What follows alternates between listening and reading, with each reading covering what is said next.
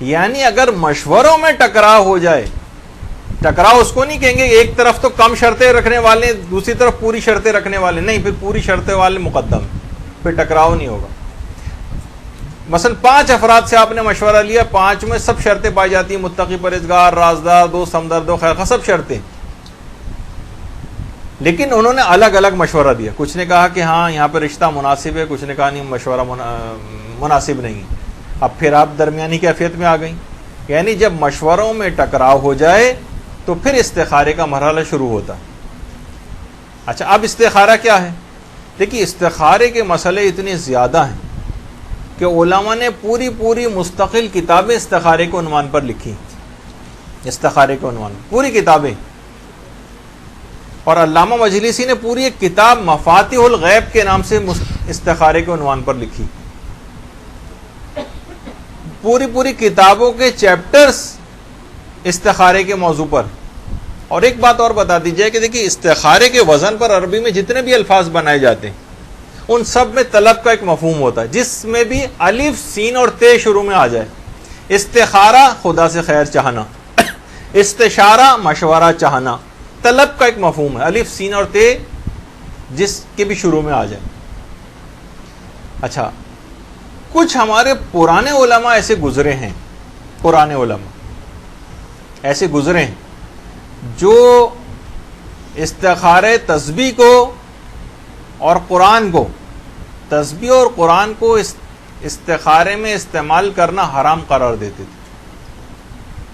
دیکھیے، بڑی اہم بات آپ کو بتا رہا ہوں، یعنی ایسا نہ ہو کہ آپ سوچیں کہ بھائی یہ تو کوئی بہت بڑا عقائد کا مسئلہ ہے، اور ابھی آگے چل کر آئے گا، امام خمینی سے بہت سارے سوالات بھی اس سلسلے میں کیے گئے ہیں کہ آپ یہ بتائیے کہ کیا یہ کسی کا اگر اعتقاد نہ ہو استخارے پر تو اس کا کیا حکم ہے؟ اب میں آگے چل کر ان کا فتویٰ پیش کروں گا۔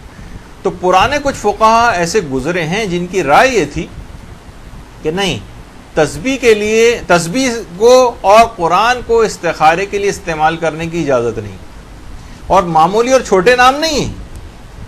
شیخ مفید کوئی چھوٹے عالم دین ہے؟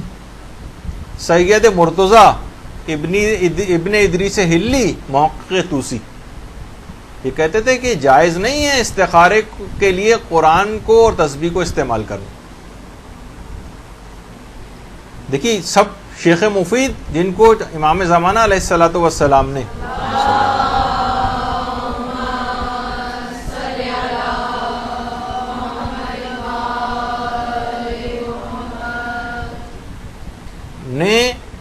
غیبت میں 3 خط لکھے ہیں، اور سب میں ان کو ایھا الاخ الکریم کہہ کے مخاطب کیا۔ سید مرتضی جن کو مولا کائنات نے علم الہدیٰ کا خطاب دیا تھا، ان کا یہ نظریہ ہے۔ ابن ادریس ہلی وہ کہ شیعت میں شیخ طوسی کے بعد اجتہاد مردہ ہو گیا تھا، ان کو زندہ کیا ابن ادریس ہلی نے۔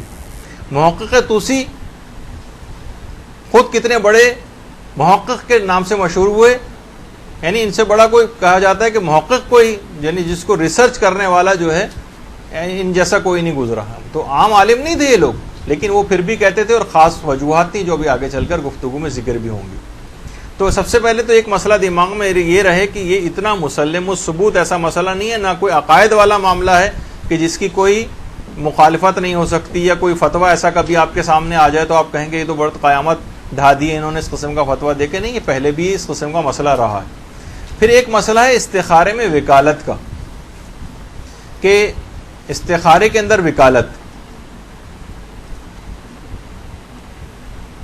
استخارے میں، آج کل کے تو خیر سارے جو مراجع ہیں ہمارے، وہ کہتے ہیں کہ رجا کی نیت سے ہم کسی کو بھی وکیل بنا سکتے ہیں، کسی بھی عالم کو کہ بھئی ہمارے طرف سے استخارہ دیکھ دیجیے۔ لوگ خود سے استخارہ کرنا نہیں جانتے، عالموں کے پاس آتے۔ اکثر علماء کہتے تھے کہ نہیں، پرانے علماء وہ کہتے تھے استخارے میں وکالت بھی جائز نہیں، اگر کسی کو استخارہ کرنا ہے تو اس کا مسئلہ خود کرے استخارہ، دوسرا کیسے اس کی طرف سے استخارہ کرے گا؟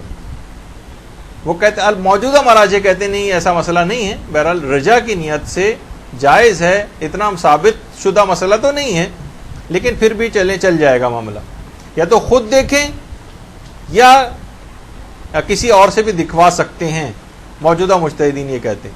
البتہ علامہ مجلسی نے ایسے علماء کی پوری فہرست لکھی ہے جو کہتے تھے کہ استخارے میں وکالت نہیں ہوتی.